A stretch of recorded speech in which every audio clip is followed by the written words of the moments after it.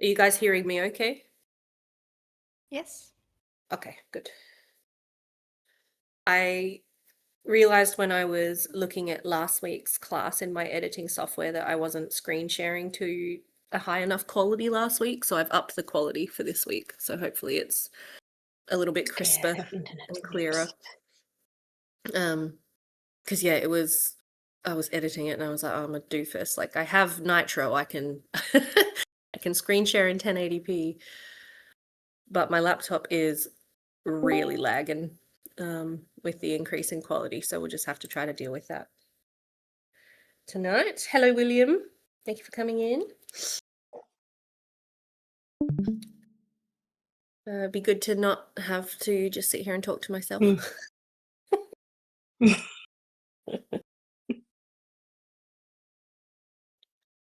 All right. Well, we might as well go ahead and get started now. I am expecting an interruption in a couple of minutes from husband. He is actually still on his way home with Aiden. And I'm really hoping Aiden's going to be asleep when they get home and he's just going to get put to bed and we're going to be fine. But just a heads up there. He's been down in town all day. So, welcome to lesson 2 in how to mod. Today we are going to talk a lot about semantics and lingo, code lingo. Most of you are going to be really familiar with this, but if there's anything that's not clear, please interrupt me and correct me on things. I know there's a couple of things that William's already corrected me on from my notes. Thanks, William. And yeah, if you have any questions at any point, just interrupt me. I don't mind. But this is where we sort of start getting into BHAVs in particular, which is sort of what I was talking about last week as like the real, meat and bones of making mods. You might have to go check on your newborn. Congratulations. And that is fine, Rackful. How fresh is your newbie, your baby? My sister's due in like November. 8 weeks. Oh, bless. That's a real fresh one. Still really tiny. Well, hopefully they have a good nap while we hang out here. Paolo, welcome in. Thank you for joining. Yeah, so as I said, I do have notes that you all can grab. It's all available in the modding class thread, and obviously for tonight it'd be really good if you have objects.package open in SimP. Oh, I'm so glad. Hopefully you can learn something from them. They'll be useful. Yeah, so I did give some prep work. It doesn't really matter if you haven't done it, but William has 2 fantastic videos on YouTube that they're recordings of workshops that he did on another Discord, and they just really help with understanding the basics of BHAVs and BHAV editing. If you have not watched them, it doesn't matter though. Paolo, I'm getting a little bit of volume coming through your mic, by the way. I don't know if you want to mute it or something. There's just like random noises coming through. Oh, there we go. That might be better. No, that's okay. If you want to talk, be my guest. You can absolutely talk on voice chat, but I just maybe when you're not chatting, yeah, just have it on mute. And yeah, no worries if you haven't watched the other videos yet. It's just, it's all going to be there for people who want to learn. So I start my notes by saying that SimAntics is a colloquial name given to the Sims 2 coding language. That's the first thing that William corrected me on. It's apparently not a colloquial name. It's apparently the name, which I didn't realize because I always thought it was just, something that we called it for funsies. But no, it's actually the name of the Sims 2 coding language. Which is the only coding language that I personally know, but there are a lot of coding languages that you might have heard of, like C++, C# or Python, or yeah, a bunch of different sort of coding languages. And because it is a language, there's quite a few terms and ideas to get your head around when you're starting to learn BHAV modding. So we're going to cover a lot of them tonight. As a refresher on what we covered last week, there are lots of different resources within any package file for The Sims 2. A package file is named as such because it has multiple things inside it usually. And the BHAV is one type of resource, which is where functional code tends to be executed. And a BHAV can reference and sometimes edit many other resources within the package file, such as a constant or a beacon, an attribute, a dialog string, which is an str or a text file. We can reference objds and GUIDs and, pretty much the whole package file we can interact with in some way from a BHAV. The things that only tend to exist within BHAVs are Args and Params or parameters, locals and temps. And this is what we're going to start our lesson tonight by talking about, because these are probably the main really important terms to get familiar with when we're talking BHAVs. So a BHAV, it can be very long, it can be very short, it can just have a couple of little checks in it, like this one right here just has 2, whereas there's probably many other BHAVs in here that have a few more nodes and a lot more lines of code in them, and they can all cross-reference each other as well. Different BHAVs can refer on to a different BHAV, run a bit of code, then come back, and it can go forwards to another BHAV, it can go backwards, it can do all kinds of things. So when we're talking about Args or passing information forward from one BHAV to another BHAV, we use Args and Params, or arguments and parameters. So if we look at a BHAV, oops, let me get SimPE up. And sorry again for my laptop being a bit laggy with loading SimPE. I've been modding all day and because I'm screen sharing, it's a little bit extra slow, unfortunately. So over on the right-hand side over here, this is the actual BHAV editor section. And we have a section here with arg count. And then right next to that is local var count, which we'll talk about in a minute. But arg count is what tells this BHAV how much information to expect coming from a BHAV that might be running before it. So this BHAV that I took an example picture of here had an arg count of 1, which means that it will be expecting 1 parameter or piece of information coming from the BHAV before it. To my knowledge, this can extend up to 5, but William, you can correct me on that if that's incorrect, because I don't know. Most frequently, I don't actually see more than 3, but I think you can technically have more. I've personally done one with 4 before. But it was tricky to get that to work. So this parameter or piece of information can be anything. It can be something stored in a local. It could be an attribute. It could be a sim ID. It could be the stack object ID. It could be a number. It could be a wide variety of different things.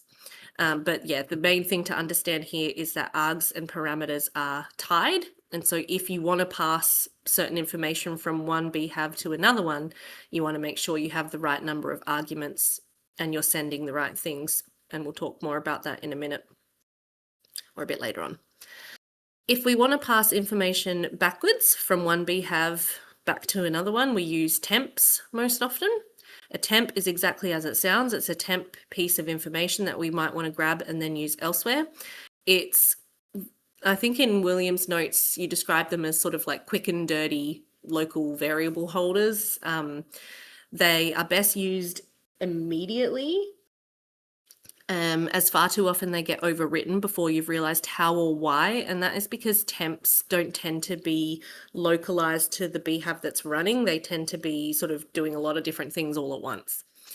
And so if you're holding a number or an ID or whatever in a temp for too long, it may get overwritten and you haven't noticed. They can be used within BHAVs without trying to pass information anywhere, but again, they're best used as quickly as possible. So you might come across, as you sort of start interacting more and more with modding and with BHAVs, there's often little BHAVs that are called get in temp O or get in TO, or like get in temp 1 O and 1, get in TO and T1, so on and so forth. And that is usually what we use when we're trying to just run a bit of code to get a certain piece of information and then send it back to whatever BHAV we were using before. So these are some of the global get in temp O BHAVs. Like we have get in temp O ID object of closest, or closest object of GUID. And so you might use this when you are wanting to find a particular object that is closest to your stack object, which might be your sim. So say you want to find the closest shower, or you want to find the closest bed, or you want to find the closest fridge, or whatever. You could use this little global BHAV here and find it, and then it will be sent back to your code in temp O. And then with this BHAV as well, you might notice that it's got an arg count of 3, which means it's going to be expecting 3 parameters of information coming from the BHAV beforehand. So hopefully they are labeled and you would be able to easily figure out what information it wants. And we'll talk a bit more about labels later on, but you'll see references to param O, param 2 and param 1 sort of throughout this BHAV. And so you can see there the use of args and params as well as temps all combined in that BHAV. Is there an upper limit? I think I saw 8, but just as number in that box, not in the actual BHAV of arg count.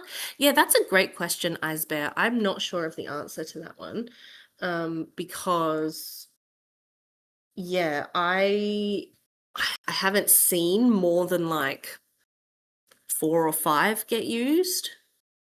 I don't know, yeah, if William has any insight on that. I think there would be a limit in terms, I mean, there's a limit in terms of the wizard, which, you know, is one thing, but you can still usually enter more into your operands boxes if you want to send extra parameters,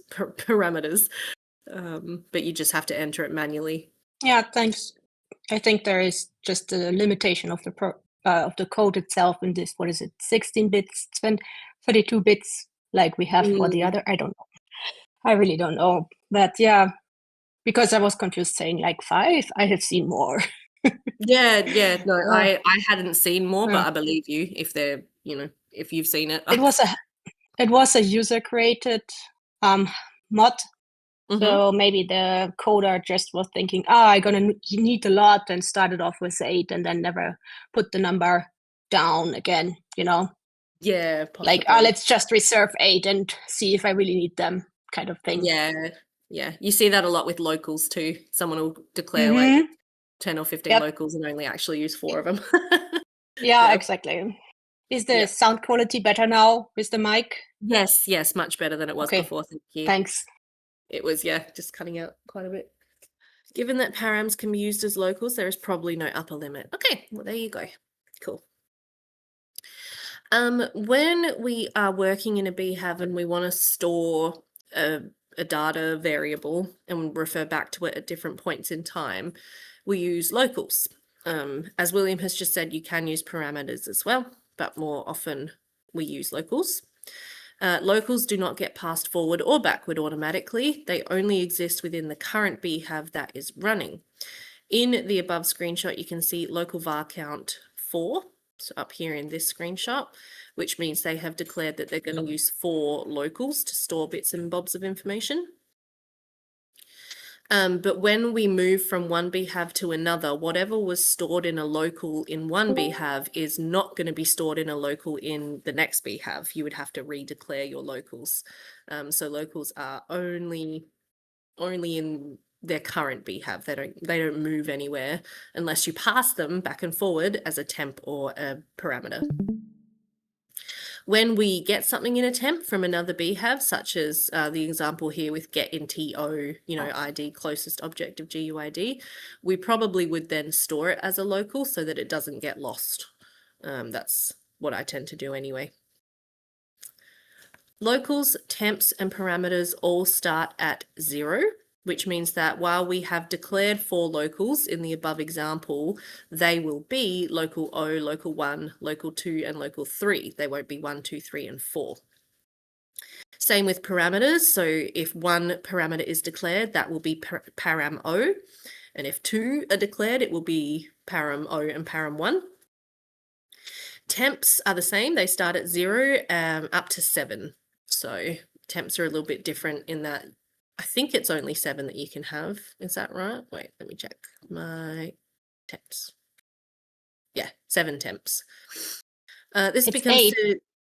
Oh, is it? Sorry, Oh, but 8. it's 8 if you, yeah, because you start counting at 0. Oh, at 0. It's 8 in total, Sorry, but it's 8. just saying 7. Yes, no, 8. My This is bad. really weird. It's a Me, concept the I one, also me who's just explaining, oh, they all start at 0. So, you know, it's actually blah, blah, blah. Get it wrong. Anyway, yes, so 8 temps. So SimPU uses a lot of hexadecimal numbers, which start at 0 and go through to F, which is base 16. We're going to talk more about that later. And that, I believe, is why they are sort of labeled in that way. We do also use decimal or literal numbers in different places, but they are called literals or decimal. Good modders, winky face, will label their locals and parameters, which is done by creating a TPRP file, which will have the same instance number as the BHAV. When working in a BHAV, you can click the labels button to create one of these files. So what I might do is open up one of the mods I've been working on. So let's open up the Townie Aging mod, and I will show you an example of this. For me personally, I don't always do this, so I'm not necessarily a good modder, but it depends how many locals I've got. If I've got anything more than about 2, I tend to start wanting labels for them. And certainly if you are creating like a custom global BHAV and you're wanting parameters, it's a really good idea to label them so that when other people use your custom global, it's easy for them to understand how to use it. Do you know or have an educated guess about what TPRP means? I'm bad with acronyms. I do not. But if we actually look in my package file here, which is struggling with its life, it's called like Edith's SimAntics behavior labels or something. Okay, let's just give that a minute. But to answer your question, no, I don't know what TPRP stands for. Oh, computer, you poor thing. I've really got to set up a microphone on my other actual computer so I can stream easily. Yeah, Edith's SimAntics behavior labels, TPRP. And then behavior constant labels, so you can label your beacons as well. They are TRCNs. So no, I have no idea what that stands for. But yes, so a TPRP file allows you to label your locals and your parameters. And the really nice thing about doing this is that you can then get a little drop-down list for your BHAV. So I had a BHAV here called Sub Handle College Flags and Skills. And I believe in that BHAV, I ended up using something like about 8 locals, or more maybe, because I was dealing with skills and there are numerous skills. And so I labeled them. So it was very easy for me to use them. So if we go into here, glad you're not alone. Yeah, no, definitely not. So I was running a CT to work out what the minimum skill required to graduate from a Sims degree would have been. And then I was storing all of those skills, which were coming back in Temps, as locals. So yeah, I've ended up with 9 locals in here. And because I have labeled them, they all appear in a nice little drop-down list here in the instruction wizard. And so then when I want to use them later on, which I do a little bit further down the BHAV, it's just really easy for me to be able to navigate through my code and work out what I was trying to do at the time. It also gives you a nice little label over on the side here in the little description of what's going on in your BHAV node. And we'll get more into that a bit later, but labeling is nice and it's very easy to do. So if I wanted to, let me see, I've only used like 1 or 2 locals and 1 arg in this particular file, but if I wanted to create labels for this file, I would just click this little labels button down here on the right. And it's going to think. Usually this is fairly instant. As I said, my laptop is struggling. Oh my God. I do not have the patience for this. Patience is not my strong suit. There we go. Now it's going to tell me it's done. Then I can click the TPRP button to open it in another tab. And then I can give my locals and my parameters labels and make it all nice and clear what I was doing at the time. Most parameters 15 in the CT handle feedback, and the most locals 36 in CT I died. Oh, wow. That is a lot. That's amazing. Love that. Hey, Mr. Joe Star, by the way, I didn't notice you coming in, but welcome. There is no way of like labeling a temp, which you wouldn't want to do anyway, but just to point that out as well. You can label parameters and locals, but not temps. Okay, so does anyone have any questions, any more questions on parameters, args, temps, or locals before we move on to the next bit? Hello. I know, hello Casper as well. Thank you for joining us.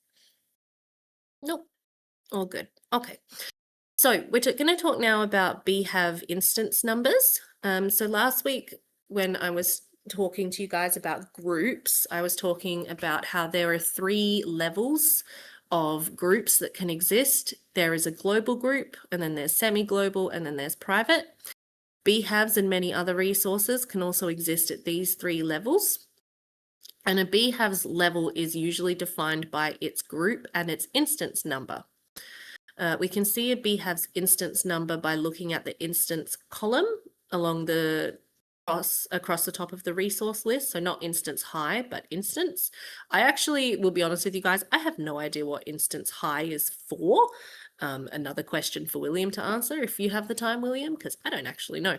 But instance has a little 8-digit hexadecimal number, which is its unique identification number.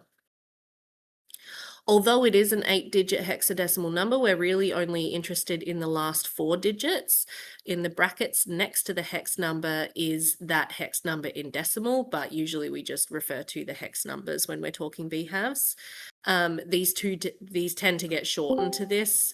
So OX1234 instead of OX00001234, or in these this example up here, the top one is OX00002096, but if we were referring to this BHAV, we would just say OX2096. Now, global instance numbers, if we're just looking at these last 4 digits, will always begin with a 0. For example, OX0909. Semi-global instance numbers will always begin with a 2, for example, like the ones in the picture up here. So 2096 is that instance number up the top. If that was a 0, it would be a global instance number instead. Private instance numbers will always begin with a 1, for example, OX1000 or OX1096 would be a private instance number. If you are wanting to write a custom semi-global, it must start with the number 2. And if you're trying to write just a private BHAV for your private mod and you try to have the instance number start with a 2, it's not going to work. BHAVs that are within the same group must have a unique instance number, otherwise the code will likely run the wrong BHAV when you are trying to refer to it. When we were talking last week about the group OXFFFFFF and how that one's a bit different and special, if your group number is that, then it simply has to be that every BHAV within that package file has to have an instance number that is unique because of the way that the game processes those funny ones. Hang on. Used in scene graph resources, Cres shape TXMT to increase the possible numbers, which decreases the chance of conflicts. Oh, okay, cool. Fair enough. What was I saying? Oh yeah, so a package file with the group number OXFFFFFF will be given a unique group number when the game loads. And so any resources contained within that package file will also be given that group number. But so any BHAVs you've got in there just need to have unique ones. Now, because instance numbers use a hexadecimal base, they work in base 16. So what does this mean? We might start at instance number OX1000, and then we'll go to 1001, 1002, etc., etc. But when we get to 1009, we don't go to 1010. And sorry, I'm saying 1000. I know it's not actually 1000, but I'm reading in shorthand. Yeah, we don't go straight to 1010. We actually go to 100A, 100B, C, D, E, and then F, because 0 to F is 16 numbers, quote unquote. When we get to 100F, that's when, if we would need another instance number, we would go to 1010. And then 1011, all the way through up to 101F before we circle back to 1020. This is true across all levels of BHAVs, global, semi-global, and private. Only, the first number of that will be different. BHAVs that are in different groups can, of course, reuse the same instance numbers as they exist in a different group or object. Now, if we look at the global BHAVs group, which I happen to have open right here, and we sort by instance, we start at instance 100, and then we end, if we can scroll properly, at instance 67B. Now, in my notes, I said that any and all numbers above that point can be used to write custom globals. This was another thing that I need to correct because William let me know that there are actually 2 more. And we have this Google spreadsheet where we are tracking global BHAVs, Maxis and custom, and people who have overwritten Maxis global BHAVs.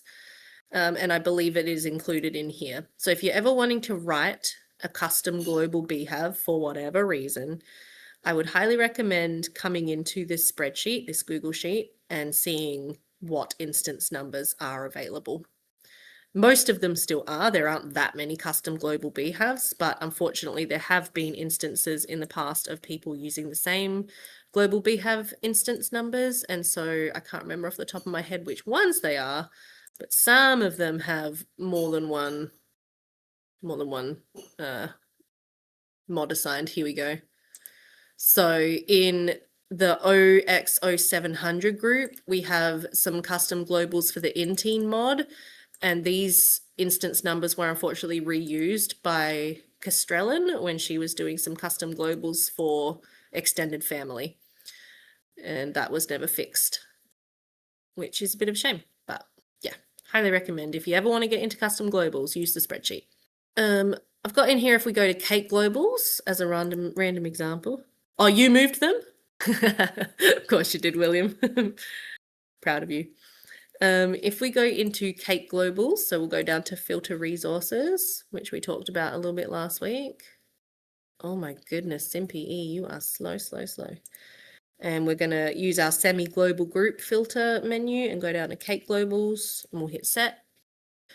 These instance numbers, because they're semi-global, they start at 2000, and the final instance number that Maxis used was 2038. So if we wanted to write a custom semi-global for cakes, for whatever reason, we could use any instance number above 2038. Now, we talked a little bit about this last week as well, but just to refresh, how do you change a BHAV's group or instance number? We use the resource tab in SimPE. So when I am making a mod, if I need a new BHAV for whatever reason, I will usually clone an existing BHAV rather than try to create a fresh resource. And that's something we'll talk about a little bit more next week. But once SimPE catches up and figures out its life here, so at the moment, my final instance number in my group that I've been working in is 112B. If I wanted to do another one, I could right click and clone this to give myself a new BHAV. You could do it, Simpy. There we go. Yeah. Okay, now I was just thinking if we should start the Google Sheet for certain semi-globals as well, because I'm pretty sure that some of them, of these semi-global groups, are pretty full of custom semi-globals already. Like, Oh, yeah. I mean, you're going to do the university now, because I just saw it in the, was that university? Anyway, but I'm pretty sure there are a lot of mods already in that one for Nye and some of them. Yeah, my mod's sure. actually not in that. It's actually in the age controller group, which is a private group. But definitely I have thought about that, and I have had the same thought. Also, hi Dee Dee, thank you for joining. Particularly for car globals. Yeah. And particularly for what Sticknoy has done with his car mods, and then William's got lots of car semi-globals for driver's license, and there are definitely some semi-global groups that we should start tracking. I agree. But yeah, so back to this. I've cloned this BHAV because I want to make a new one. If I come down to resource, oh my god, my Simpy is so slow right now. I'm crying. Then I can change it to 112C, commit, and now that's got its unique instance number that it needs. And in this case, I don't need to change the group number. You can also use the resource tab to change the resource type, most often when creating new resources from scratch. I am yet to do that. I don't know if William, you tend to do that, but I certainly don't. It is far more common to clone an existing resource and edit it than create something new. So to explain that a little bit more, in Simpy, if you right click, you can hit add. Oh, not add, sorry. Create resource. And it's going to add a funny looking thing, which is an undefined brand new resource. And then you can come into the resource tab to give it a type, a group, an instance, and other bits and bobs. But I find this, so here we go, user defined. I find these to be really tedious and difficult. Like if I come in here and I say, okay, I want you to be a BHAV, then I've got to set the group number properly because it's defaulted to OXFFFFF, and then I've also got to set the instance number properly and then commit and save. And sometimes I've even found that I have to reload SimPE to get it to update to be the resource type that I want it to be. So I don't tend to do that because I find it, as I said, quite inconvenient. But that is another thing you can do with the resource tab, is define it as whatever you want using this menu here. Yeah, I don't want that. That would be do you mean a lot of tabs, William? Yes, it would. Well, or it would be like really long spreadsheets. All right, so now does anyone have any questions on anything that I was just explaining about instance numbers, by the way? Should be fairly straightforward, but it's an important thing to understand. 165 semi-global groups. Just a few. It's fine. Maybe we could divvy it up somehow. Right. So now we get to the fun part, which is actually reading BHAVs, how to read them, how to follow them, how to understand what you're looking at. This is probably the hardest part of modding, in my opinion, is just learning to follow the nodes and the spaghetti and understanding what all the lingo means and all the different prims. And yeah, this is the part that I think took me the longest to get the hang of, but once you do, it all becomes clear, I promise. So each, I'll take one, you can have the other 164. I'll just do the car globals one. we'll just let modders do whichever one is most interesting to them at the time, and slowly but surely fill out the spreadsheet. So each BHAV contains nodes, as I have been referring to, and so each line is a node. It is identified by the number on the far left. So we have node OXO, or in brackets O. The OXO is the hexadecimal, and the bracketed number is the decimal. Some BHAVs are very short, others are very long. This particular BHAV that I was looking at here went down to node OX45, which was 69. So that was 69 lines of code. One of my least favorite BHAVs to edit and mess with is Maxis's BHAV for age transition. By no means is it probably the longest one, but oh my God, is it annoying. And especially with how long my SimP is taking to load right now. It's going to be a fun one to show you guys, but I will try to show you guys this one. Like my SimP lags at the best of times when I'm trying to edit this BHAV. So yeah, but the age transition BHAV, let's just let that think about its life for a little while, is 109 hexadecimal or 265 nodes. It's just too long. So whenever you insert like a new node into this BHAV, SimP is like, ugh, and it struggles with its life. At least mine does. So yeah, some BHAVs are very long. Others, as we saw before, can be a lot shorter. In my opinion, shorter BHAVs are better. I much prefer modding in a way that is like multiple short sub BHAVs rather than one big long BHAV. And this has definitely changed since I wrote my first mod. Like if you look at the Go Out for Tea mod at the main BHAV that is running that mod, that is quite a long one. And if I were to redo it now, it would probably be broken up into a lot more sub BHAVs. Oh, okay. Yeah, no, that must be an older SimP feature to sort by size. That's cool. So yeah, SimP will sometimes just straight up struggle to load a really long BHAV and lag every time you make a change to it.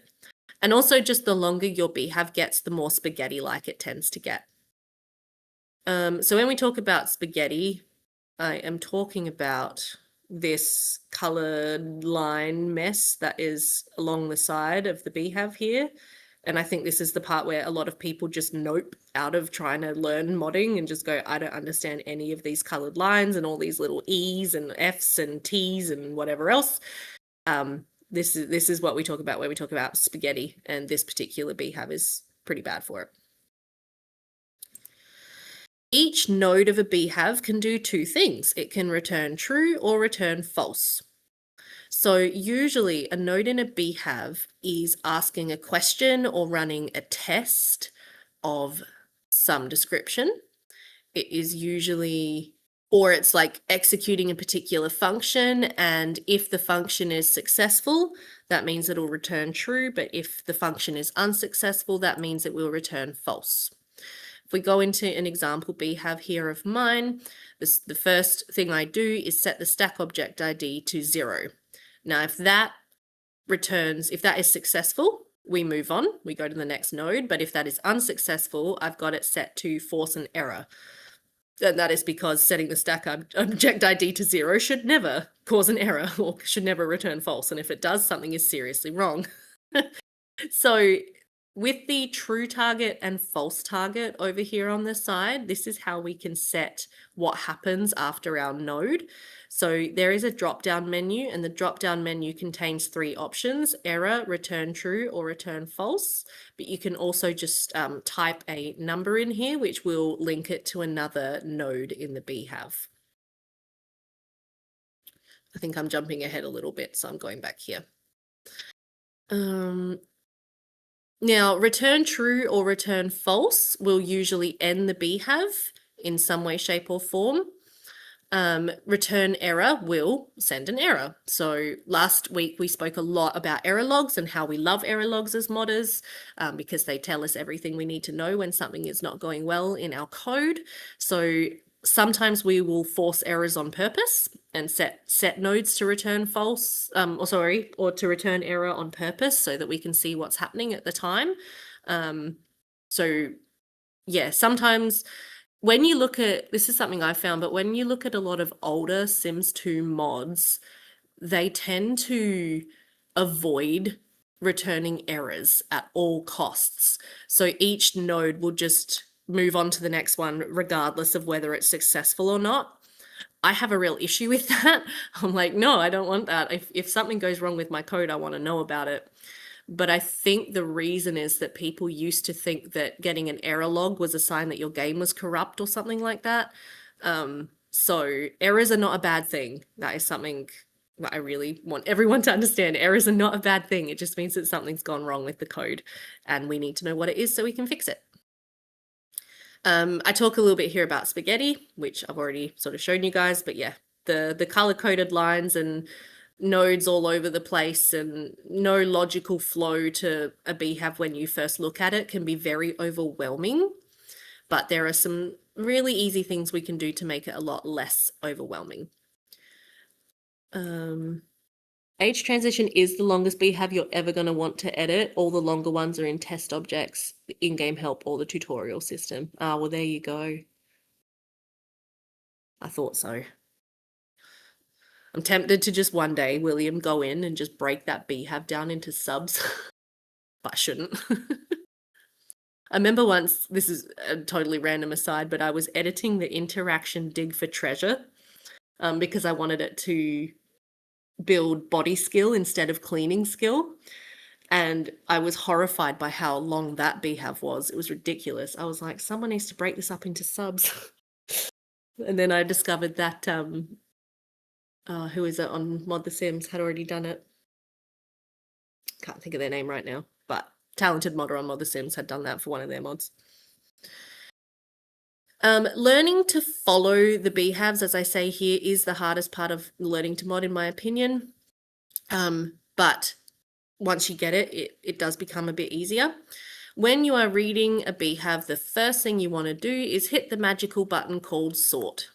So if we take our age transition BHAV right here, say that we're trying to follow this BHAV. This first node, the true false, goes to node B3 for true or F4 for false.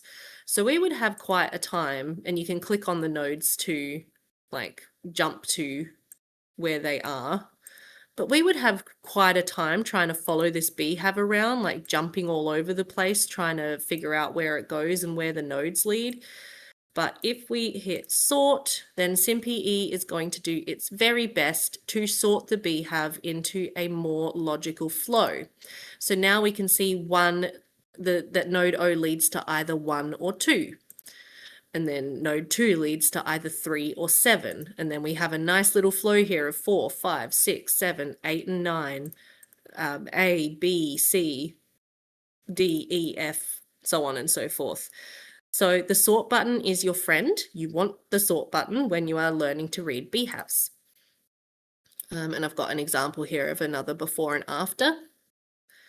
Some crazy advanced modders don't like to hit sort. I'm talking like Lamar and SimNopki. Don't try to be a Lamar or a SimNopki yet. It's too hard. Hit sort on your BHAVs and don't feel bad about it. So yeah, already sort of covered this, but each node's true and false target can either refer onto another node where you can type in a number to do that, or it can send an error, or it can return true or return false. Now, each node of a BHAV is running some kind of different operation, which we can see here in the opcode box. It can run a different primitive, and primitives are something that we will cover in great detail as we learn to mod, or it can run a different BHAV, and that is all declared in this opcode box here.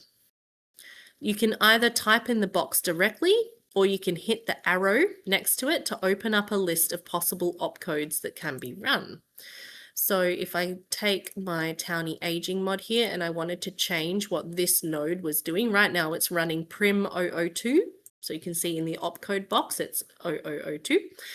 If I hit the arrow, I then get this little window that pops up telling me all the different things I can do.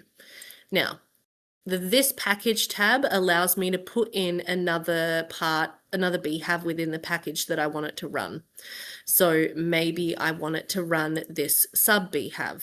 I can select that and I can hit OK. I can run something from within the same group. And of course, this is a Maxis object that I'm editing, so I can run any BHAV that exists within this group. So I could run CT fix age if I wanted to, for whatever reason. Now this is also part of a semi-global group, and the semi-global group it belongs to is phone call globals. So because it is part of a semi-global group, I can also run any of the BHAVs that exist in that semi-global group. I can run any global BHAV. As I mentioned, global BHAVs are always available to any object, no matter what. So I can run any global. And then the final tab I have here is primitives. So primitives are all different like operations that we can run to accomplish different things. So some of the most common primitives you might use, definitely prim 002 expression is probably the most common primitive you'll ever use. We have a primitive if we want to run a dialogue, which could be a text pop-up or a notification of some kind. We have primitives for animations, which you can see here, primitives for camera control, primitives for pushing interactions, relationships, editing relationships, snapping objects to certain spots. There's all different kinds of primitives that you can use when you are modding. So mine was set to expression, so I'm just going to change it back to expression because that's what it was before. Oh yes, that would be nice. Yeah, a flowchart one. Very nice. I think I've seen that before. iSpare, that tool that you're talking about. Paolo, have you got a question? I will hold. Oh yes, the mermaid diagram tool. Yeah. If you wanted to use the primitive to play animations, where could I find the game animations? So that's a great question. A little bit more sort of advanced as we get the hang of modding, but if you are wanting to animate a sim, for example, then we would select the animate sim primitive, and then we need to open up the wizard, which is the hammer and spanner. And here is where we can mess with our primitive. Now, you might be looking for the game animations, and they are going to be in a little list. I'm not the best with animations, but you need to have a strings file, which is a text list that gives you all of the animation names that you can access. You may want to run an event tree along with your animation, and the event tree can either be a private one, a semi-global one, or a global one. An event tree is a BHAV, which can run alongside your animation. And then you can set the event tree that you want to have run. And then you have some different controls over your animations in here. I don't know if you can access global animations. I don't think you can, actually. I think you have to have them all in your... Yeah, I think you have to have them all in your strings file, I think. But there's all different kinds of animation STR files as well. So there's adult animations, which are going to be in an STR file with the instance number 81, child animations, instance number 82, and so on and so forth. No, not at all. Questions are welcome. I like questions. And that leads us into the next thing we were going to talk about, which is the hammer and spanner and the instruction wizards. So I've already kind of covered that. So as I say here, primitives are generally some kind of test or instruction.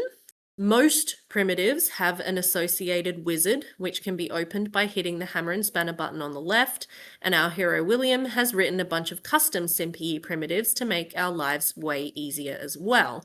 So without primitives, we would all be trying to edit individual values in the operands boxes, which, believe me, is not super fun. So the operands boxes are over here, and whatever we do in our wizard is going to have an impact on various bits in these operands boxes. There are still some primitives that do not have a wizard. I'm trying to think of one off the top of my head. I did come across one just the other day. Which one was it? Of course, I don't remember what it was now. I think find 5 worst motives doesn't. Yeah, okay. So if your primitive does not have a wizard, the hammer and spanner button will be grayed out, and your only option here is to manually edit the operands boxes. Now, if you do ever find yourself in a position where you need to do that, you can use usually Sims Wiki and SimPE and sometimes William's website as well to get a lowdown on what each of the operands boxes do. But it is not the most fun. It's not. I don't like it. Especially as a beginner modder. It's not super fun. Yes, William does have a nice spreadsheet of all of the Maxis animation names, Paolo, which I would suggest if you're wanting to get into animations, I suggest you download that because it is very helpful. And then you can just copy paste them over into your private animation strings text list. For tonight, I want to take you guys through primitive 0002 expression and some of the things that we could do in there. This is the most common prim that you're probably going to use, and it has a bunch of different uses that can set, ask, or test a number of different things. So if we open these up, first of all, we have 2 buttons down the bottom here. We have decimal, which will toggle whether or not you're looking at a hex value or a decimal value on or off.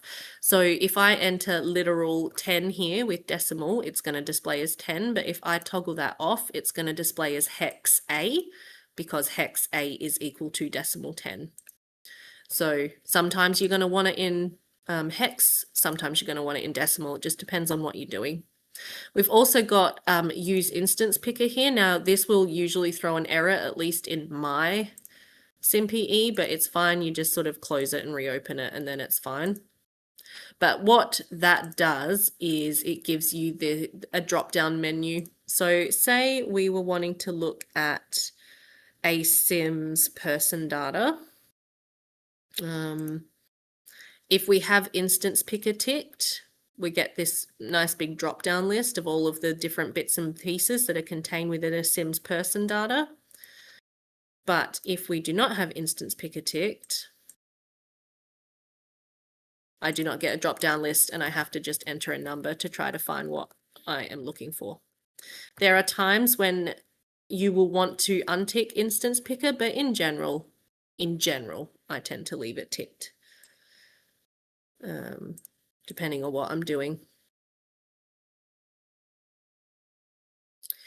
Now, before we dive further into this, we need to talk about my and stack object. And I tried to sort of explain this last week, and I don't think I did a very good job because it is really hard to explain very in a simple way. But I've written here that the most basic explanation of my and stack object that I can give you is this. My is generally the object initiating an action, and stack object is generally the object running the code to process the action. I'm actually going to rephrase this and say that stack object is generally the object that code is being executed on. So when we look at primitive 2, we can see multiple references to my.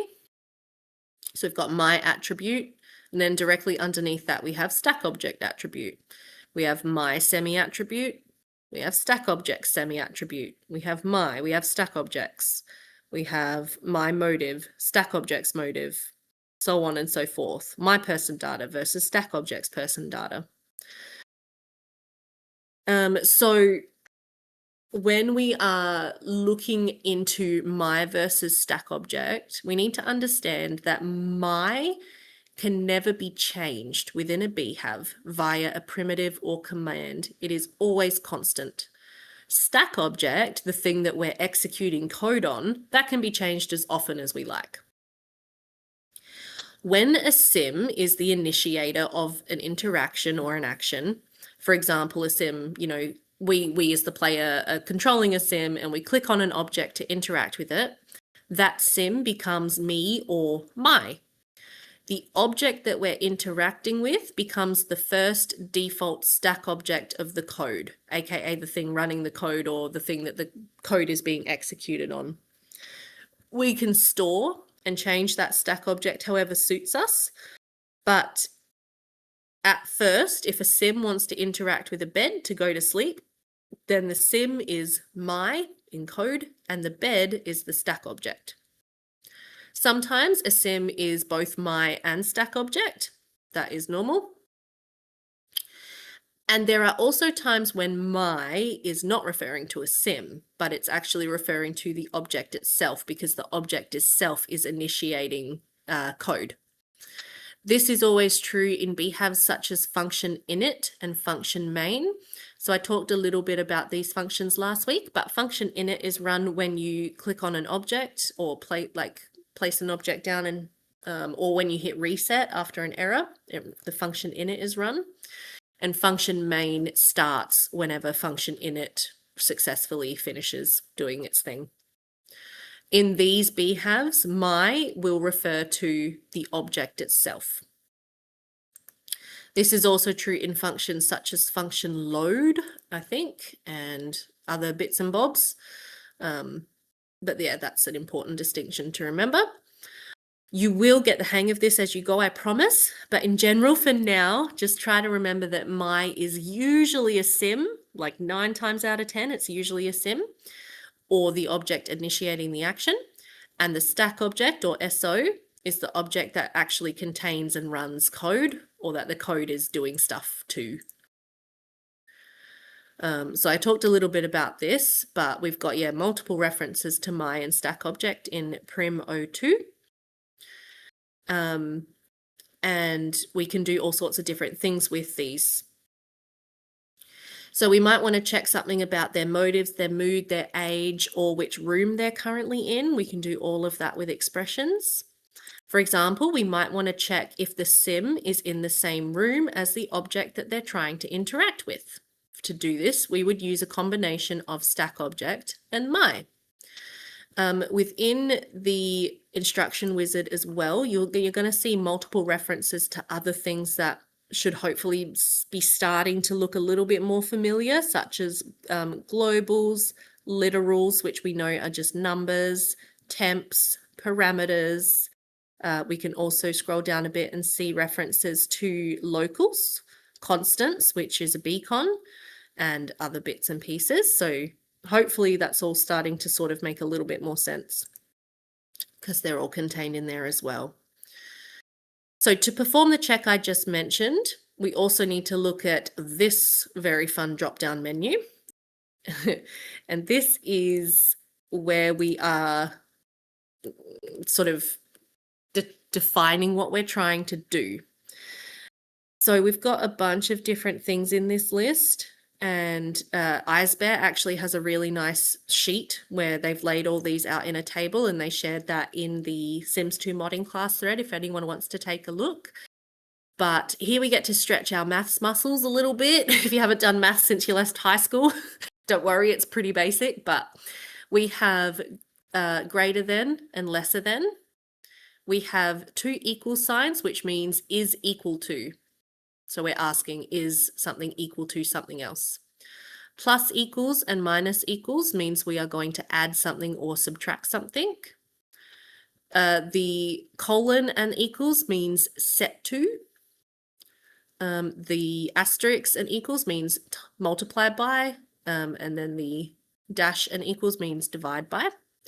Flag set, set flag, and clear flag refer to object flags, which is an area that I'm personally still kind of learning about, but that is a slightly different way of assigning information to an object. So we'll cover that more in detail later down the track.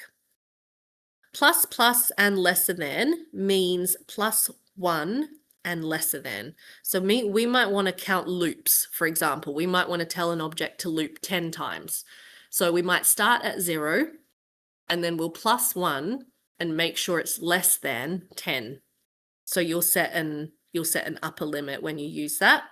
And then we also have two minus signs and greater than. So that's sort of the reverse. So we'll -1 and make sure it's greater than. So we might want to say -1 and greater than 0, for example, or -1 and greater than -1.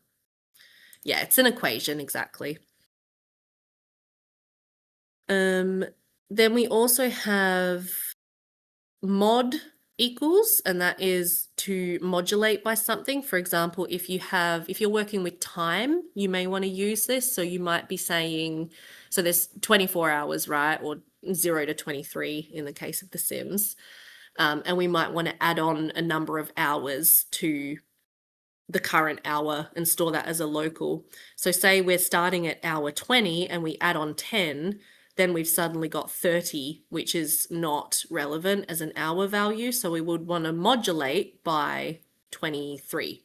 So it goes back to 0 once it hits 23 and gives us the remainder. That is an example of using modulate. And equals, I'm unfamiliar with, to be honest. I can't tell you much about that one. William can put a description in the chat for us. We have greater than and equal to. So that means greater than or equal to. So if we say greater than 0, then it has to be 1. But if we say greater than or equal to 0, then it can be 0 or higher. Sorry, yeah, it has to be 1 or higher, or it can be 0 or higher. Then we have less than or equal to. The exclamation mark and equal sign is not equal to. Then we have or equals and XOR equals. I don't really know those. I haven't never used them. Don't really know what they mean. Absolute right-hand side is one that I only recently learned about. And this one is where, say you have a negative number, but you want to store it as just a number. We can do that with absolute right-hand side because it's referring to the absolute value of the number, whether it's positive or negative. Yes, you have a great tutorial on flags. Yes, and bitwise operators. Thank you for that link, William. I might put that in the notes as well. Assign 32-bit value is a really weird one that I have seen used very infrequently. And a detailed description of that one is beyond me, but it takes a number and sort of changes it into something else is basically the description that I can give you on that one. I have seen this used in school code, like it'll take a Sims school object ID and assign a 32-bit value to it. Yeah, it's only useful for getting GUIDs. This is where we all learn that I actually have no idea about some parts of modding still.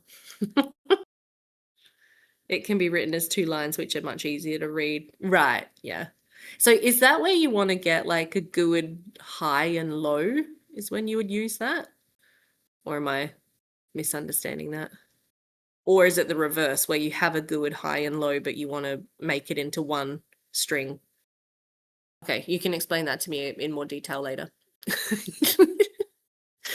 All right, so if we were to ask the question I asked before of, is the sim my in the same room as the stack object, say their bed, we would need to ask, is my room equal to stack object's room, which you can do here in this instruction wizard.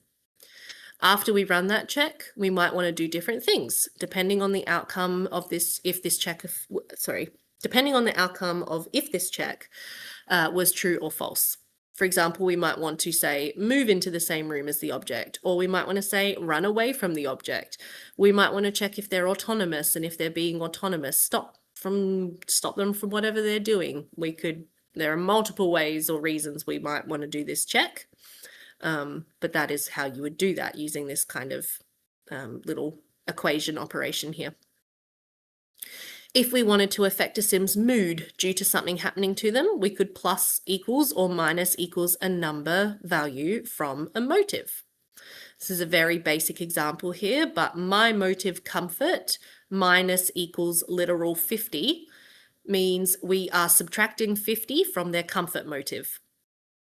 That's all that means. If we wanted to add 50 to their comfort motive, we would use add equals instead of minus equals.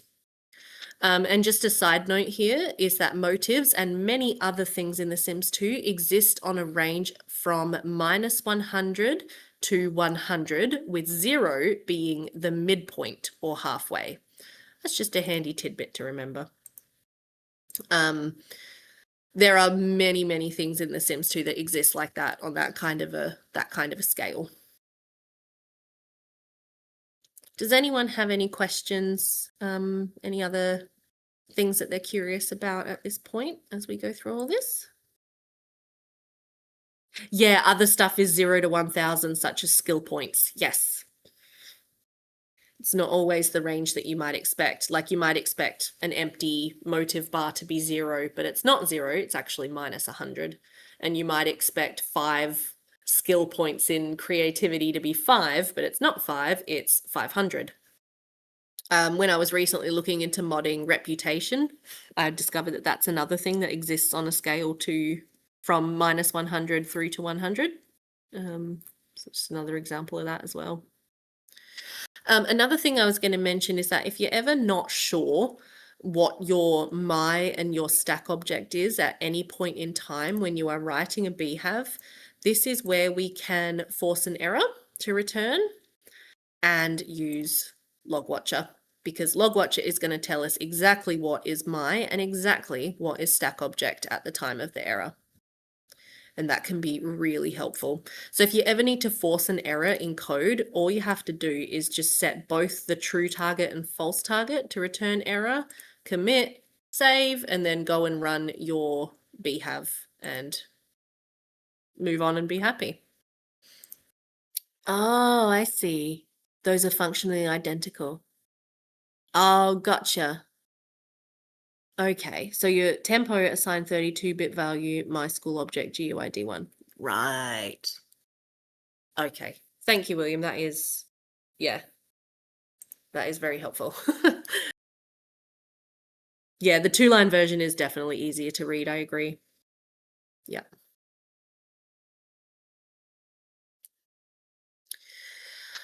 So, now we're going to talk a little bit about parameters in Guardian or Action BHAVs. So last lesson we spoke a little bit about Guardian BHAVs or test BHAVs.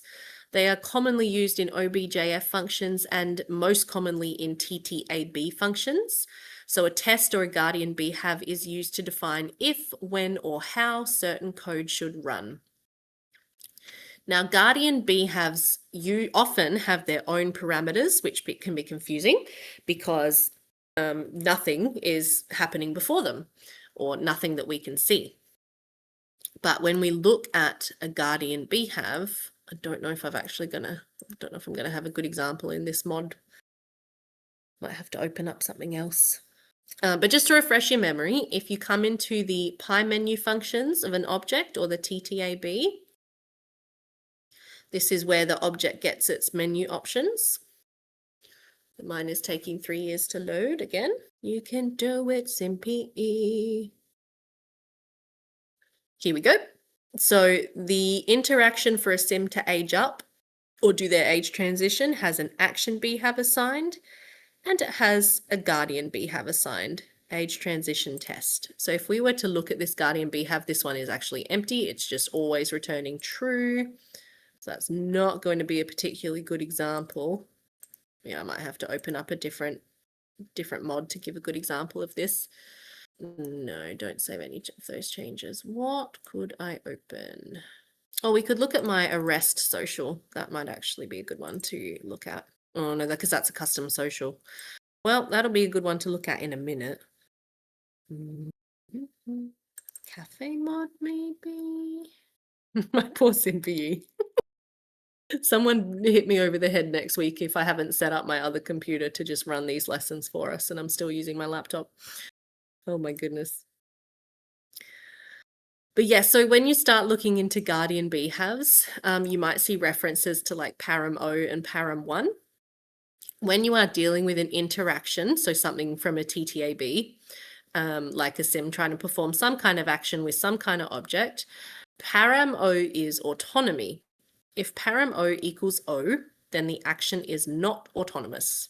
If Param O equals 1, then the action is autonomous. Oh, sorry, Param O equals 1, yeah.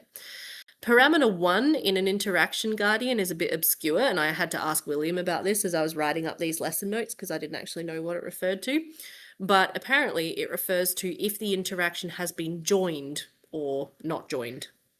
I have seen that used very infrequently. Most of the time I only see references to Param O, but there you go. Now we know. When we are dealing with a custom social, for example, a social plugin mod, the action and guardian have slightly different names and slightly different rules. Custom social interactions have a CT object menu BHAV, which acts as the guardian, and a CT object menu command, which acts as the action BHAV. In this case, parameter O in your CT object menu is the sim you have chosen to interact with, and parameter 1 refers to autonomy. It would have been really nice, in my opinion, if parameter O was autonomy, the same as it is in the other guardians, but you know, we can't have nice things when we're dealing with Maxis sometimes. No, that's not helpful. Okay, but so let me actually open my arrest social. So what we can do with these parameters, by the way, for autonomy is we can say in the test BHAV, is sim autonomous, true, false. Sim is autonomous, true, don't let them do the BHAV. Sim is autonomous, false, let them do the BHAV, let them do the interaction.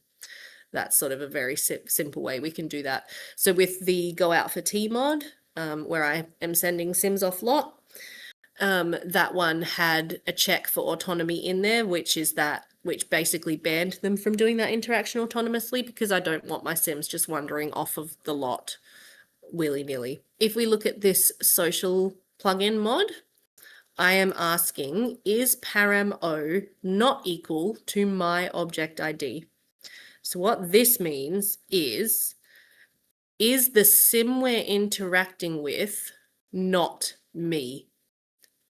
If the sim we're interacting with is not me, true, we're going to move on. But if the sim I'm interacting with is me, false. We're going to return false, which means this interaction will not appear. Next, I'm asking, is param 1 equal to O? So I'm asking, is autonomy off? As in, I have told the sim to do this. Autonomy is off. Yes, we're going to move on. Autonomy is not off. Cancel. We don't want this sim doing this autonomously. And I've written that in text form here in the lesson notes. So, yeah. So I was wondering about the distinction between the parameters, if you call it from the T-tab or if you have the social. Because I think if you have a dynamic menu, it's a third way of building a menu, which is an advanced topic I think we will cover a lot later.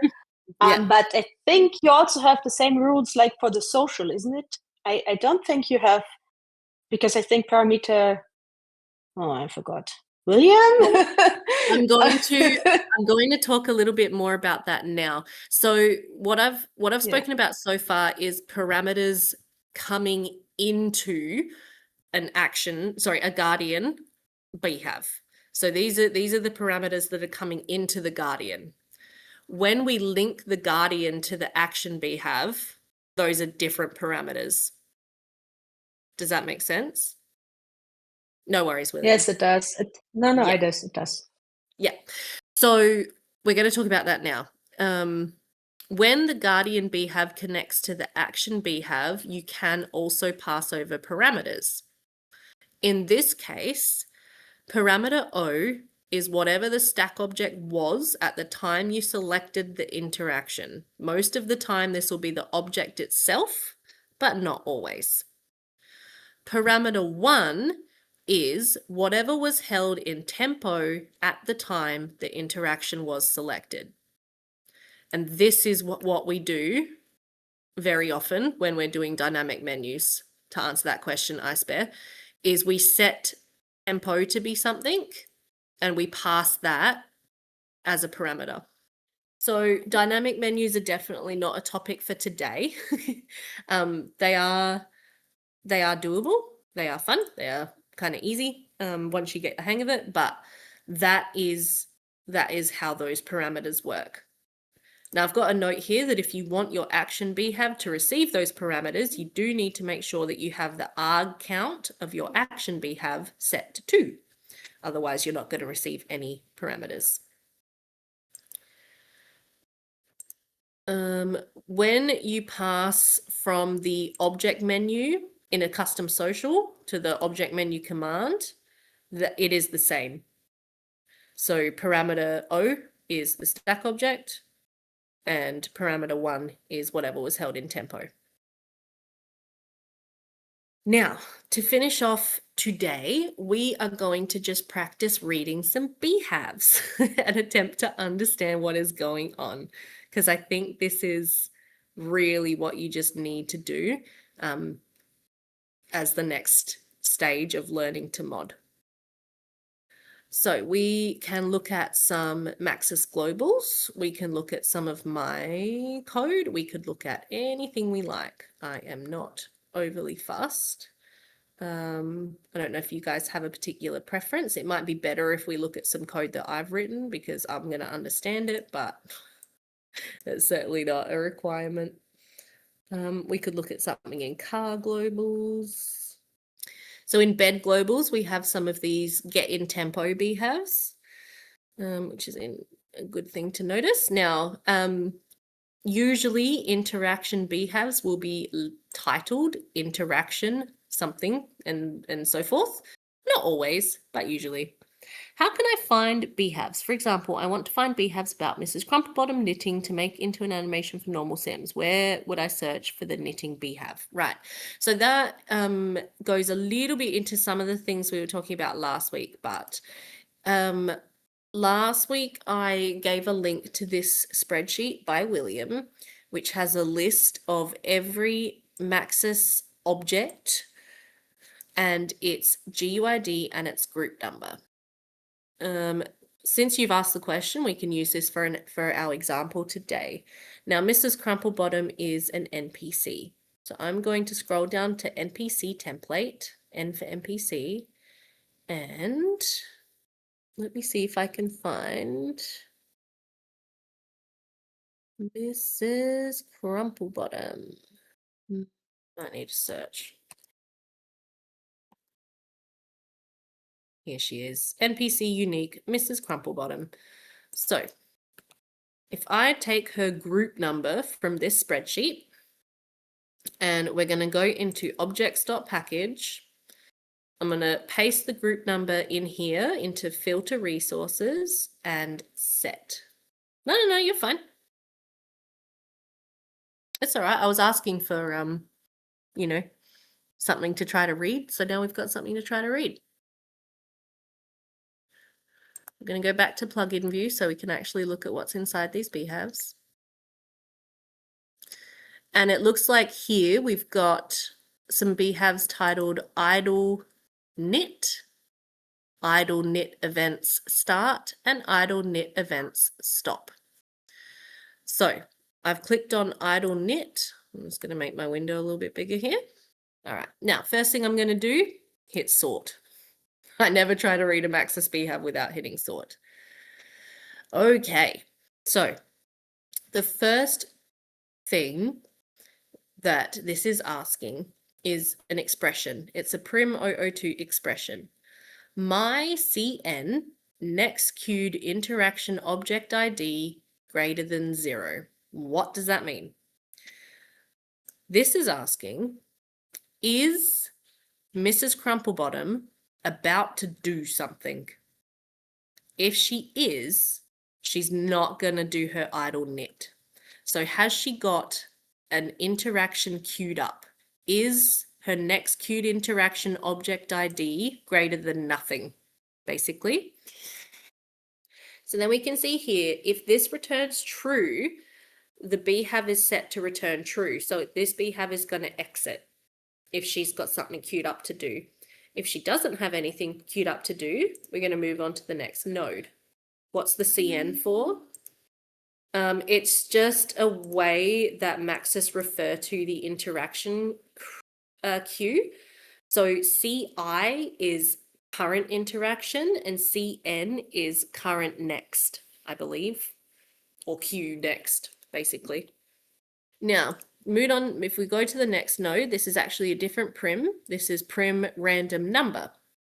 So if we click on this, it is asking to set local to, let's go to decimal for a second, to a random number from 0 to constant 1000 line 6, which is a value of 7.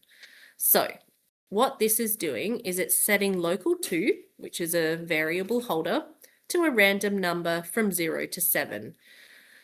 The maximum for this particular random number is held in a beacon, which means it is tunable. If we wanted to, we could go to beacons, we could go to tuning, and we could edit that maximum number if my SimPE wanted to play ball anyway. Maybe I'll close the other SimPE window I have open, see if that helps a bit with the lag. Yes, I want to save. Here we go. So we're referring to line 6 of this particular constant, beacon, which is this value 7. And that sort of goes back to what I was referring to about how BHAVs can reference lots of different parts of the package file. So yeah, that one is setting local to a random number between 0 and 7. Now the next node, so if this is successful, we move on. If this does not work for some reason, it's going to send us an error. The next node, local to plus equals constant 1000 line 1. So we are now taking our random number and we are adding on whatever's held in this line in a beacon, which in this case is 3. Now here we have another expression. So if that's successful, again, move on. If it's unsuccessful, send an error. The next node, expression my attribute 1 set flag constant 119 line 4. This is a confusing one, but this is to do with flags. And basically this is setting it so that Mrs. Crumplebottom cannot go around looking at random stuff while she does her idle knit. So we are setting a flag to disable lookats, and we are using a global beacon to do so. Now, if that is successful, move on. If that is unsuccessful, send an error. Yeah, you can see a brief description of what's going on over here as well, but I want to bring it up because I think it'll be easier to see on the video. Next node is setting local O to literal 1F or 31. It's just setting local O to be a number. It's setting param O to be C or 12. Don't know why it's doing this yet, but that's fine. And then it is taking param O, which we know is 12, and adding the value of local O. So it's now doing 12 plus 31. Next, and again, if these are successful, we're moving on, but if they are unsuccessful, we are sending errors. because there is no reason that this shouldn't work. So if it doesn't work, we want to know about it. The next node is create new object instance. Accessory, crumple bottom, knitting. So this is a different primitive. This is not primitive 002. This is primitive 002A. And if we look at this one, we are creating an object of GUID. So we are creating an accessory object, crumple bottom knitting. In this primitive for create, we can do a couple of different things. We can create an object of a defined GUID. We can create an object of a GUID which is held in TO-1, which would be temp O and temp 1. We can create an object from my temp token. That is not something I've ever done before or really understand. The other thing we can do is create a sim from an NID held in stack object.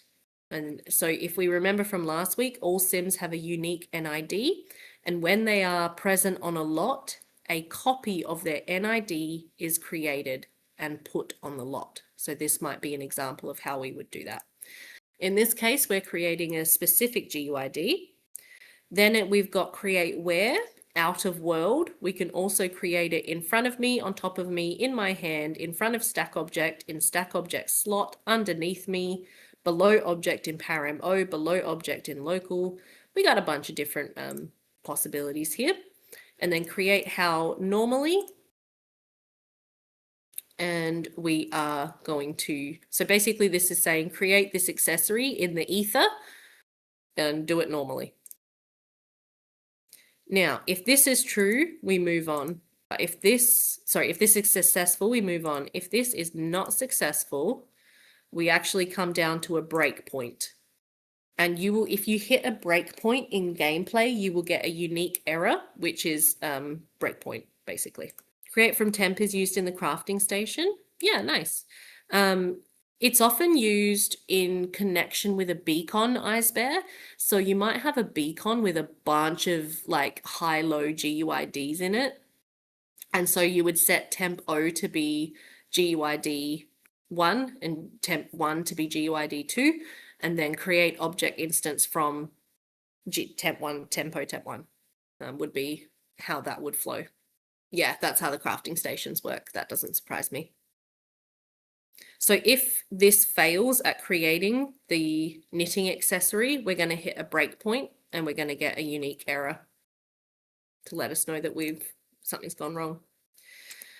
Now, whenever the create new object instance primitive runs, the stack object immediately changes to be this new object. That is an important thing to remember. So the next node here, expression stack objects hidden flags set to -1. This is now referring to the stack object is actually now this accessory item. I don't know what hidden flags set to -1 means. I'm assuming it means it unhides it. Or maybe it hides it. I don't know. But that is what that is telling it to do anyway. Then we have a different primitive again. We have a snap into primitive. So primitive 0071, snap into, stack object ID, my object ID, OX11. What the heck does this mean? So this is one of William's instruction wizards. As I mentioned, if you don't have William's instruction wizards, you need to get them. You can tell if they're by William because they have a minion.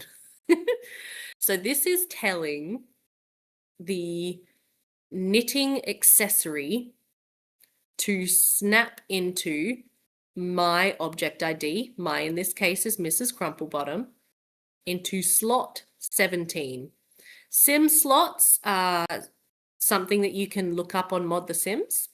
There's a nice little list of what each slot is. For example, slot literal O is the Sim's dominant hand, usually, or their right hand. Slot literal 17, I would have to look up what that is. I don't know what that is. But it's slotting in, it's snapping the knitting needles into her hands, basically. If that is successful, we move on to the next node. If that is unsuccessful, we remove the instance, remove object instance stack object. So it's going to remove the knitting needles and then it's going to send us to another breakpoint. So if it fails to move the knitting needles into Mrs. Crumplebottom's hands, presumably hands, it's going to delete them, and then the BHAV's going to end with a breakpoint. Then we have param 1 set to param O. So param O we were dealing with up here, which was 12 plus 31, whatever that is, 43. And that's now set as parameter 1. Next, we are running a verify object ID. Now you'll see here that this is running a global BHAV. So we have global OX0178, or over here in the opcode box, global OX0178, and we can actually view this BHAV. And this is just basically making sure that the object in Mrs. Crumplebottom's hands actually exists and is not bugged out in any way, shape, or form. If this is successful, we move on. If this is not successful, the BHAV is set to return true or end. Then we have an animate object primitive. So this is animating object in my slot O, which we know is the knitting needles. The animation string is referring to an str file with a bunch of different animation names. And it's doing idle knit purse right hand start or standing start. The event tree is set to 0, so there's no event tree happening. And we have blend out off. Okay. Bess? Mm. Sorry. If you could open the wizard again, because you were explaining when you have cases where you untick the decimal box, and that is a really good wizard for it, because yes. if you put a decimal number into the animation string, that's not going to work. You're going to have to put a decimal number in, a hexadecimal number in there, at least to my, because otherwise it's not going to, or you put the number, if you know it, in the correct operand box, if you get the hang of it later. But that is a really good example where you untick, otherwise it's not really going to work properly. Yes, definitely. Or you use the two little, or the small arrows to select it from the list. But if your list is really long, like that one, apparently, it's really painful because you have a lot of and that's not sorted. Even then, if you have decimal ticked, I believe it doesn't save. Yeah, you're right. Even then, it doesn't save correctly. Yeah, so it doesn't update. So yes, some primitives, if you have decimal ticked, they won't work. It's very annoying and it's fairly random. But if you're trying to do something and you're confused why it's not working, it could be that. But so what this is, you have to keep in mind with animations, there's a bunch of slightly different primitives for animations. There's animate object, animate overlay, animate sim, and animate stop. Now, this node that we've just looked at is an animate object node. So this is actually animating the knitting needles themselves. From this node alone, Mrs. Crumplebottom herself is not being animated. That happens in the next node, animate sim. And so she is doing a idle knit standing start. This one also has an event tree. So this has a BHAV attached to it, which is giving some extra instructions. So there's more going on here than just simply running an animation. It's also running all of this at the same time. This is why Beth hates animations. They're complicated and confusing, and there's random parameter numbers, and I get confused. But just to point that out, animations are not my strong suit. I'm not the right person to teach you about animations. Right. After Mrs. Go ahead. Sorry. So I think, I'm not sure yet, but I think these random parameter numbers that you have, that you just showed, they are like marks in the animation. So to know where is the stop, and I'm not really sure. I started to read something about it. It's like in English. yeah, like a tick in the animation file itself saying, okay, if you're here, okay, I need to start. Oh, I'm here, so I need to stop. I'm not really sure. Something along these lines. Okay. That's all I know. Yeah. Okay. Well, that's helpful. Thank you. But That I does help might me be wrong. understand. I'm not 100% certain on this, but it's something along these lines. I trust you.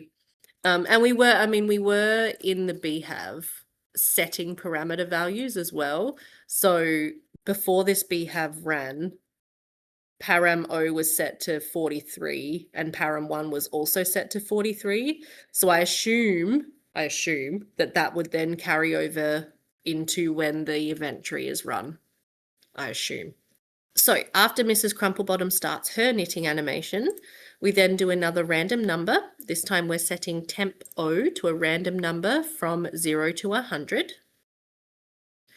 And that is just going to move on or send an error if it doesn't work. Then the next node is checking, is tempo less than or equal to literal 55 or 85, sorry, hex 55, literal 85. If it is, it's going to do some different animations and it's going to set some different parameters. But if it is not, it's going to set param O to a different number and do some different animations. So random numbers are often used in animation BHAVs for that purpose. So it'll be, set a random number. If it's less than or equal to this, we're going to do these animations. If it's greater than or equal to, we're going to do these different animations. In this case, let's follow along with the true path first. So sometimes BHAVs will, diverge on their paths and then meet up again later. So for now, we're just going to follow the true path. So the next node sets parameter O to 10 or hex A. Another animate object node here. So this is again animating the knitting needles themselves. Then we are once again adding local O onto parameter O. So local O was 31, I believe it was, and we're now adding that onto 10. And now we're going to do another animate object BHAV. And this one is even more confusing because this one, the animation string number is held in param O. This is certainly not the simplest BHAV to look at for your first ever BHAV if this is the first BHAV that you've ever looked at. But object animation, param O. So it'll be looking for the string that is held in line 41, if I'm remembering that correctly. Then it's going to animate the sim. And again, it's using string number 41 to animate the sim. And then we're taking local 2 and we're going -1 and greater than literal OXFFFF, which is -1. Now, at this point, you might go, well, wait a minute, what's local 2? Good question. If we go back, local 2 was our random number that we set back here, which was initially a random number between 0 and 7, and then we added on 3. In this case, probably a loop counter. Unfortunately, no, it's fine. This is a really good example. Unfortunately, this BHAV is not labeled. If it was, it may be labeled with local 2 being loop counter or loops or something along those lines. But I'm going to assume it's a loop counter because we're minusing 1 and then we're checking, is it greater than -1?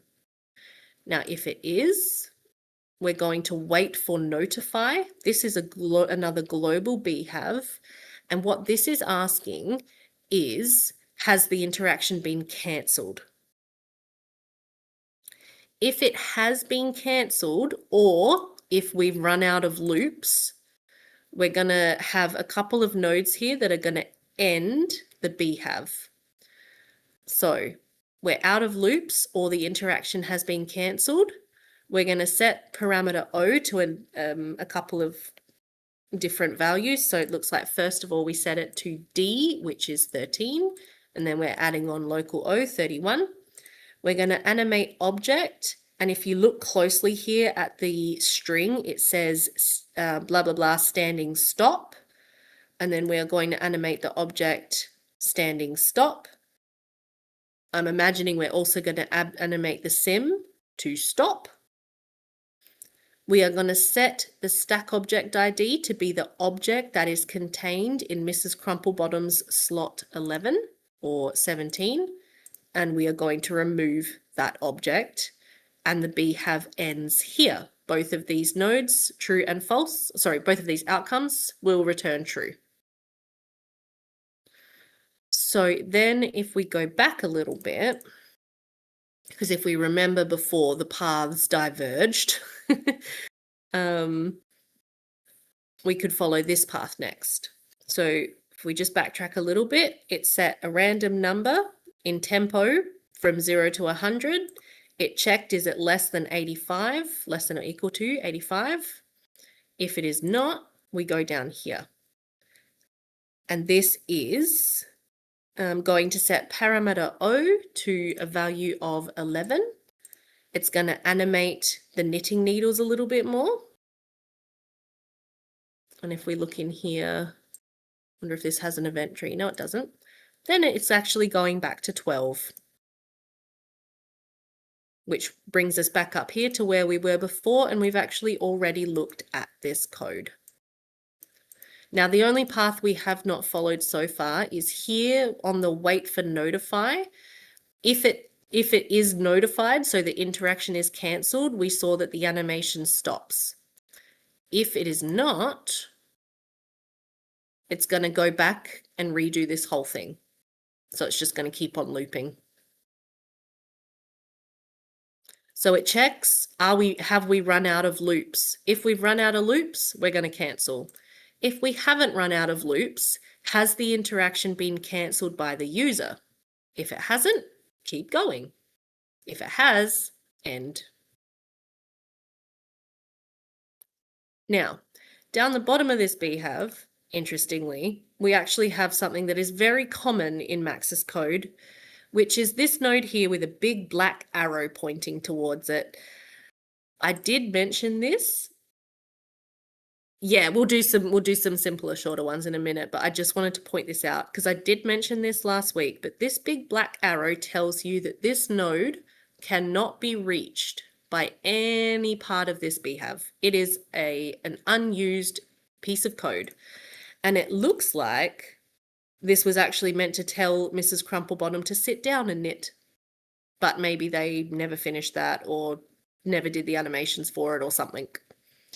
So that's just an interesting point. Max has left a lot of this kind of stuff in their code.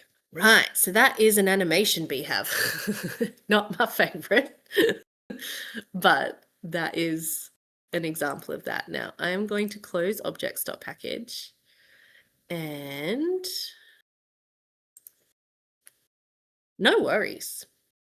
Yeah, animations is not the easiest segue into modding, but I might be a bit biased in saying that by my hatred of animations in general. I suck at getting them to work. I rely on other people to help me with animations. All right, let's go into Townie Aging and we'll take a look at some of the BHAVs that I have been writing. We have been live for almost 2 hours now, so I will probably look at one more BHAV and then end this lesson. But your homework, if you want to progress, is to basically just sit down, open some BHAVs, have a look at them, see if you can follow the code, make a note of anything that completely baffles you, and then we can take a look at it together next week. But my plan for next week is to actually start on adding some more interactions to the Sun and Moon rainy day savings chests, because that was an idea that came from Stream. And that will be a nice little example of actually writing some functional code and seeing it happen in game. Right, let's see if this is loaded for me. Nice BHAVs that are sort of easy to follow and not too complex. You know, they tend to just go from start to finish. The ones that loop around a lot, those are the ones that tend to feel a lot more complex. And I've just realized I need to clear my filters here so that I can actually see my code. So I'm going to delete that, hit set. There we go. So I have been working on writing a mod for automatically aging up townies who otherwise, you know, are immortal beings that exist in our neighborhoods and are yours to do with as you wish. And so I have been modding the Maxis object of the age controller to do this and writing a bunch of custom code for it. So aging works by an object controller, and once a day it triggers to age the Sims that are on the lot and that are part of the family. I wanted to mod it so that it also does NPCs. So if we take a look at my process townies BHAV, why are you saying that that is an unknown BHAV? It's a global. That's interesting. I'm going to assume that that's just not loaded properly. Global 1A9 should be a verify. Okay, I think my SimPE might be freaking out a bit. It's lost some of my globals. I've never seen that before. What if I just maybe I just completely close and reopen SimPE? Maybe that'll help. Anyone have any questions while we wait for my SimPE to load, or any ideas for mods that you guys have wanted to make, or ideas for things that you want to do? I swear my SimPE is not usually this slow. It is just being extra special for this evening. Thank you, SimPE. The parameters in the animation, I was looking for the word timestamp. Oh, yes. I would like to make a mod so that the Sims pay the restaurant bill at the podium. Oh, yeah, okay, so they like walk up to the podium and do an interaction instead of just like money sort of disappearing from them. That'd be a nice mod. Yeah, no, that'd be a nice mod.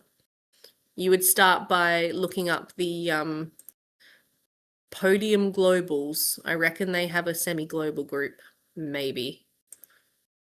Well, you'd start by looking up, yeah, some of the restaurant podiums and see if they belong to a global group, I guess.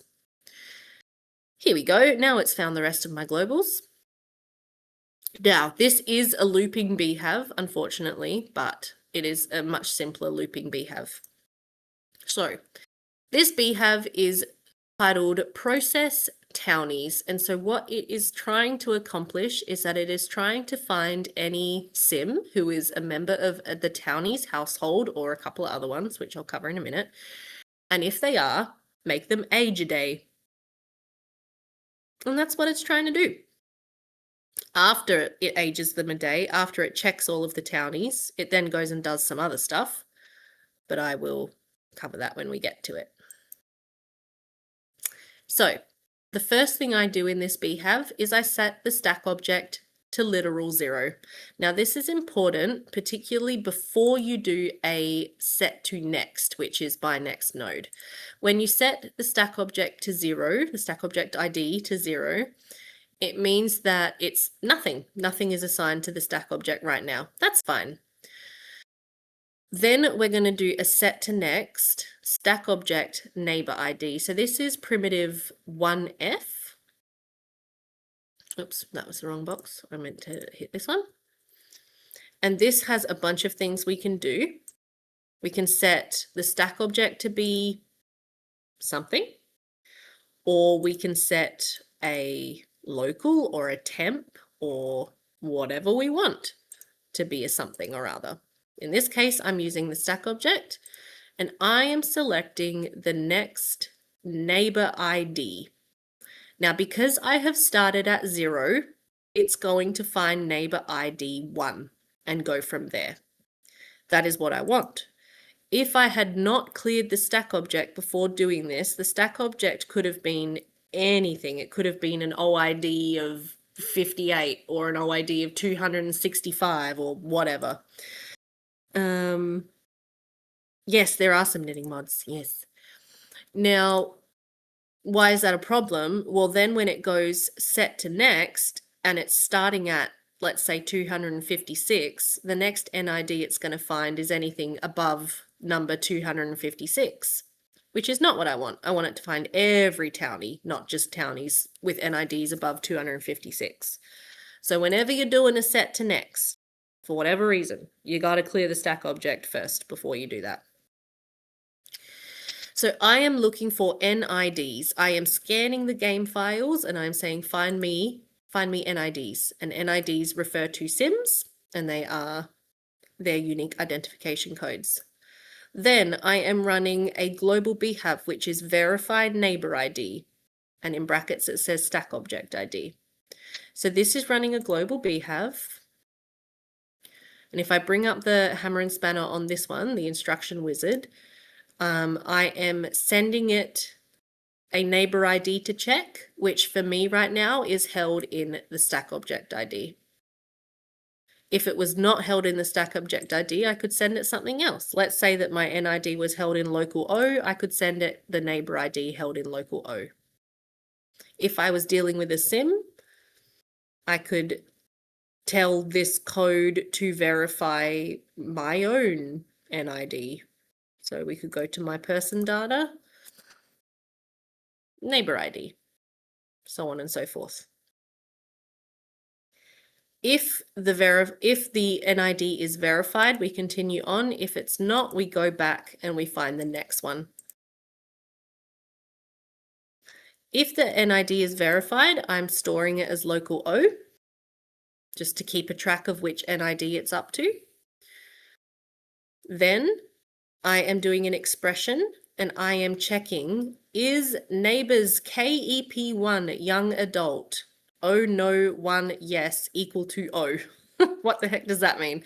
So this is an expression. This is using prim 002, and I'm checking if the neighbor's person data, because we're referring to an NID, KEP1 young adult O equals no, 1 equals yes is equal to no. So this goes into young adults, and I hate young adults, but basically I'm checking, is this sim a young adult? Yes or no? If they are a young adult, I want to find someone else. I don't want to deal with young adults.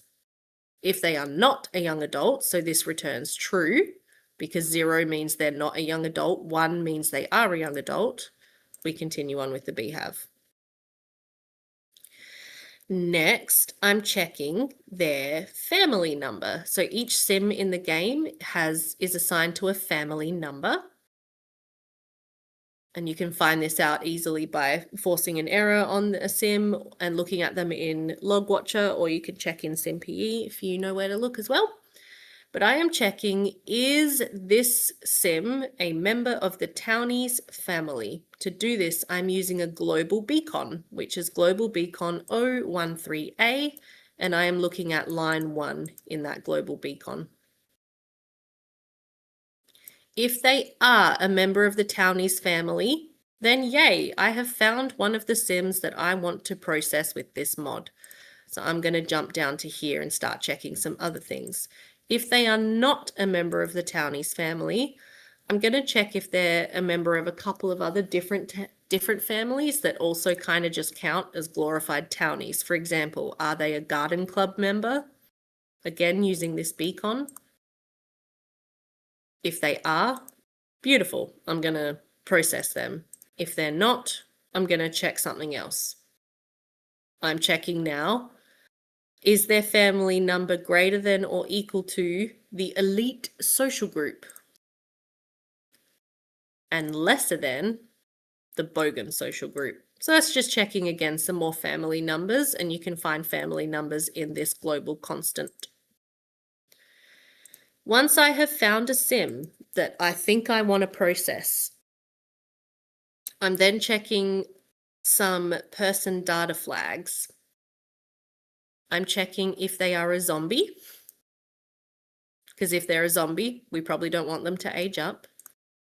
And then I'm checking, are they a vampire? Because if they're a vampire, we possibly don't want them to age up. So if either of these flags are set, and I'm using another global beacon to check these flags, we're going to go back to 1. We're going to set to next. We don't want to deal with that sim. But if they're not, I'm going to take their age days left minus equals literal 1. That townie is going to get 1 day older. Now that is the basic loop of this BHAV. After that point, it goes on and does some other different stuff, which I'll explain in a minute, but that is the basic loop. Find a townie, check if they're a townie, or find a sim, check if they're a townie, check they're not a zombie or a vampire, and if they are, make them 1 day older. Now, the next nodes are a little bit confusing, and this is something I only added in today. This is compatibility with Lamar's Age Tooltips mod.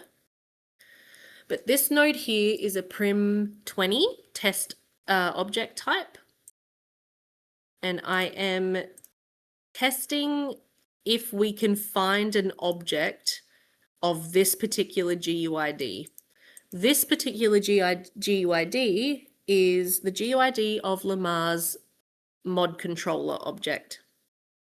So with this node, I'm basically checking, do you have Lamar's mod in your downloads folder? Because if it can find this GUID, then yes, you do. If it can't find this GUID, then no, you don't. If it can find the object, I am running a tree by name, and that one is telling the code, okay, you found this object, go to that object and run a BHAV. That BHAV is named TeaAddict's. And the reason I'm doing that is because that is going to update the Sims age tooltip. If we do not find Lamar's mod, we just skip that node. We go straight down here to node E or node 14. Now, here I am checking if our neighbor, if our sim, age days left is less than or equal to 0. Because if it is less than or equal to 0, then that sim is due to grow up into whatever age is next for them. So if this is true, their age days left is less than or equal to 0, I'm going to go to the next node. If it's not true, I'm going to go back here. I'm going to find the next sim. Be right back. No worries. I am checking, do they have any days left in their age? If they don't, the next thing I check is how old they are. I am checking here if their person age is not equal to another global beacon, elder. So I'm checking, are they an elder or are they not? If they're not an elder, they're due to have a birthday. But if they are an elder and they're out of days, well, then they're due to die. Is there a reason you do run tree by name instead of calling the BHAV? Yes, because that mod exists in a different group, DD. So I can't directly call that BHAV from within this group. So Lamar's mod is a different object in a different group. So, and it's they're not part of the same semi-global group. So I can't directly call it. I have to do run tree by name. So if they're not an elder, they're due to have a birthday.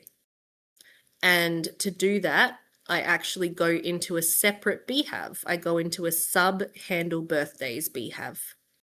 We won't look at that right now, but once that finishes running, the mod will then idle, or the code will then idle for a second or 2 ticks. Set the stack object ID back to local 0, which was our last NID that we checked, and it'll loop back to continuing to search for more townies to process.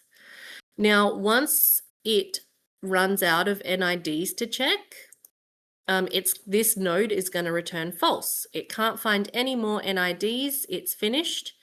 It's going to return false. My return false target is return true. That means that this BHAV has finished. We've found all of the NIDs, we've checked them, we've processed them if we have to, we're done. BHAV exited. So that is when that one exits. Now to do CTs, Paolo, that is all part of the mod. Yes. That's already covered. Don't worry. This is just one BHAV in this mod, which has many BHAVs. But in sub handle birthdays, you will find such code.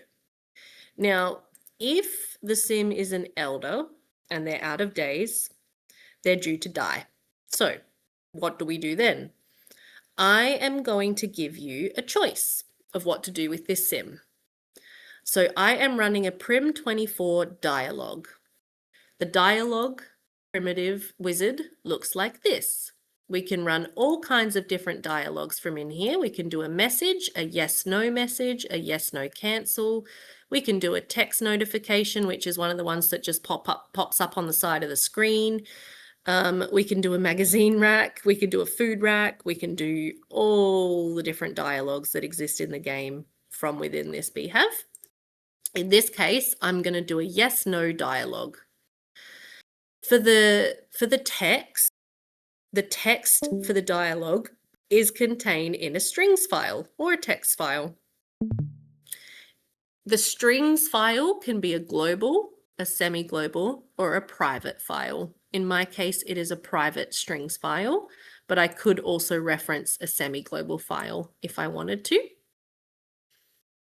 Now, the message that displays if a sim is due to die, I can change by using my little arrows here, and that will bring up everything that is inside my private strings file. We're going to go have a look at the strings file in a minute, don't worry.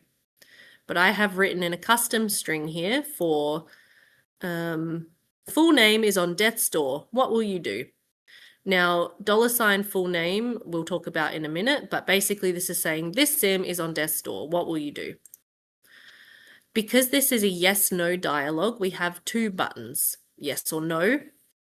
In my case, I am saying, do we want to allow their passing or give them 3 extra days? They don't need to die yet.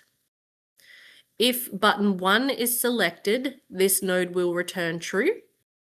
And if button 2 is selected or no, this node will return false.